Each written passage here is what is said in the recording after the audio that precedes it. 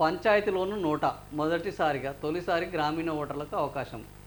So నోటా అంటే ఇంకా నాకు ఎవ్వడు నచ్చకపోతే ఈ దాంట్లో ఎవ్వడు నాకు నచ్చట్లేదు, నేను కింద అని వేసుకుంటాను. ఓవరాల్గా దానికి మెజారిటీ వస్తే ఆ ఎన్నికల్ని కూడా రద్దు చేస్తారు. అంతటి పవర్ఫుల్ నోటా ఉన్నది. So none of the above, పైన ఉన్న ఎవ్వడు నాకు నచ్చలేదు కాబట్టి నేను నోటాకి వేస్తున్నానని, నోటాకి ఎక్కువ ఓట్లు కనుక పడితే ఆ ఎన్నిక రద్దు అయిపోతుంది. అందులో ఎవడు గెలిచినా కూడా ఒకవేళ ఒక ఆయనకు 50 వచ్చినాయి, ఒక ఆయనకు 30 వచ్చినాయి, నోటాకు 70 వచ్చింది అనుకో, ఆ 50 వచ్చిన ఆయనని ఏంది ప్రకటించే అవకాశం ఉండదు. ప్రకటించినా కూడా వాళ్ళు కోర్టులోకి వెళ్తే నోటాకు ఎక్కువ వచ్చినాయి కాబట్టి మళ్ళీ ఎన్నిక నిర్వహించాలి. ఇంత పవర్ఫుల్ ఆప్షన్ ఏంటంటే నోటా, నన్ ఆఫ్ ద ఎబో. పైన ఉన్న ఏ ఒక్కడు మంచోడు కాదు, అందరూ దొంగలు. ఈ దొంగలకు నేను ఓటేయడానికి సిద్ధంగా లేను, మా ఊరి వాళ్ళు ఓటేయడానికి సిద్ధంగా లేరని మీరు నోటాకు ఓటేస్తే ఆ దొంగలు ఎవరైతే నామినేషన్లు వేయకుండా బలహీనుల్ని మంచి వాళ్ళని బెదిరించి బలవంతులు అక్రమార్కులు రౌడీలే నామినేషన్లు వేసి మేము గెలుద్దాము అని అనుకునే వాళ్లకు నోటా ద్వారా సమాధానం చెప్పడానికి ప్రజాస్వామ్యంలో కల్పించిన ఒక అద్భుతమైన అవకాశము ఈ నోటా. సో ఈసారి ప్రజల్లో విద్వేషాలు పెంచడమో అవినీతే, అలాంటి వారు గెలిచిన సభ్యత్వం రద్దే, ఎన్నికల నేరంగా పరిగణిస్తే 3 ఏళ్ళు జైలు శిక్ష ఇస్తారట. ఎన్నికల నిబంధనలో స్పష్టీకరణ.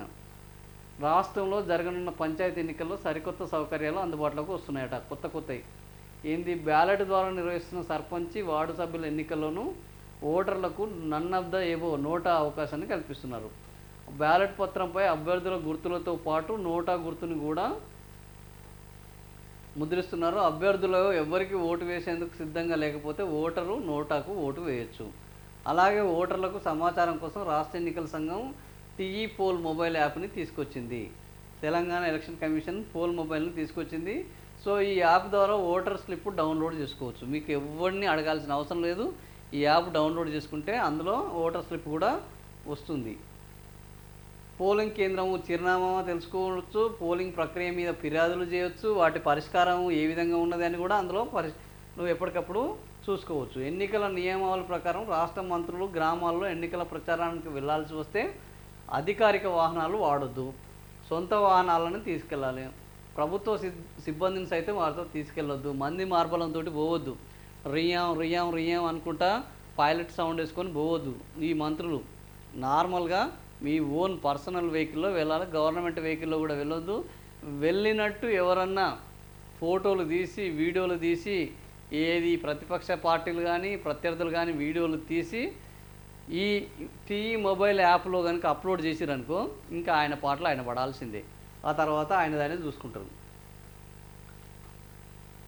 ఎంపీలు ఎమ్మెల్యేలు మేయర్లు సర్పంచులు ప్రభుత్వ ఉద్యోగులు పోలింగ్ లేదా కౌంటింగ్ ఏజెంట్లుగా ఉండొద్దు. Very good. సర్పంచ్ వార్డు సభ్యులుగా పోటీలో ఉన్న అభ్యర్థులకు ప్రచారానికి 4 రోజులే. పోలింగ్ ముగియడానికి నిర్దేశించిన సమయానికి 44 గంటల ముందు ప్రచారం ఆపేయాలి. సో 48 కాదు 44 గంట. మరి ఇది తప్పుపడ్డదా? వాస్తవానికి 48 గంటలు 2 రోజుల ముందు ఉంటుంది. పంచాయతీ ఎన్నికల్లో లబ్ధి కోసం అభ్యర్థి వారి తరపున ఎవరైనా కులం మతం జాతి వర్గం భాష ప్రాతిపాదికన ప్రజల మధ్య విభేదాలు విద్వేషాలు రెచ్చగొట్టవద్దని. ఇది జరిగేదన్న నువ్వు మా కులం అని ఓట్లు ఏమని అడుగుతున్నారు. డైరెక్ట్గా హిందూ వాళ్ళందరూ ఏకం కావాలని కేంద్ర హోంశాఖ సహాయ మంత్రి మతం ప్రాతిపాదికన ఓట్లను అడుగుతున్నాడు. కానీ మన ఎలక్షన్ కమిషన్ ఏం చెప్తుందంటే కులం ప్రాతిపాదికన అడగొద్దు, మతం ప్రాతిపాదికన అడగొద్దు, జాతి ప్రాతిపాదికన అడగొద్దు, వర్గం ప్రాంతం ఇవన్నీ. అసలు ఈ తెలంగాణ ఏర్పడ్డదే తెలంగాణ వాళ్ళే ఓట్లు వేయాలి, తెలంగాణ వాళ్ళకే సీట్లు ఇవ్వాలి, తెలంగాణ వాళ్ళకే రాజ్యాధికారం కావాలని. సో ఇవి ఎలక్షన్ కమిషన్ యొక్క నిబంధనలు. రెచ్చగొట్టిన వారు గెలిచిన వారు సభ్యత్వం రద్దు, దాన్ని ఎన్నికల నేరంగా పరిగణిస్తే 3 ఏళ్ల వరకు జైలు శిక్ష. ముందస్తు అనుమతి ఉండాలి. ఎవరికి? రాజకీయ పార్టీల పరంగా అధికారంలో ఉన్నవారు తాము చేపట్టిన అభివృద్ధి పనులు ప్రజలకు హామీలు వంటి సందేశాలతో ప్రకటనలు ఇవ్వాలి అంటే ముందస్తు అనుమతి తప్పనిసరి. వార్తాపత్రికలు ప్రసార మాధ్యమంలో ప్రకటనలు ఇవ్వాలన్న అనుమతి తీసుకోవాలి. రాష్ట్ర స్థాయిలో అయితే సిఎస్ నేతృత్వంలో, జిల్లా స్థాయిలో కలెక్టర్ నేతృత్వంలో సర్పంచ్ వార్డు సభ్యులుగా పోటీ చేసే అభ్యర్థులు తమ ప్రచారానికి ఉపయోగించే కరపత్రాలు పోస్టర్లు వంటి ముద్రణ పైన ఎస్ఈసీ ఆంక్షలు. వాటి ముద్రణదారుల వివరణలు ఉండాలి, చిరునామా ఉండాలన్నా. 5,000 కంటే తక్కువ జనాభా ఉన్న గ్రామ పంచాయతీలో వార్డు సభ్యులు 30,000 వరకు, సర్పంచ్ అభ్యర్థి 1,50,000 వరకే ఖర్చు చేయాలి. 5,000 కంటే ఎక్కువ ఉంటే వార్డు వాళ్ళు 50,000, సర్పంచ్ అభ్యర్థులు 2.5 లక్షలు ఖర్చు చేయాలి. ఇవి ఎన్నికల నిబంధనలు.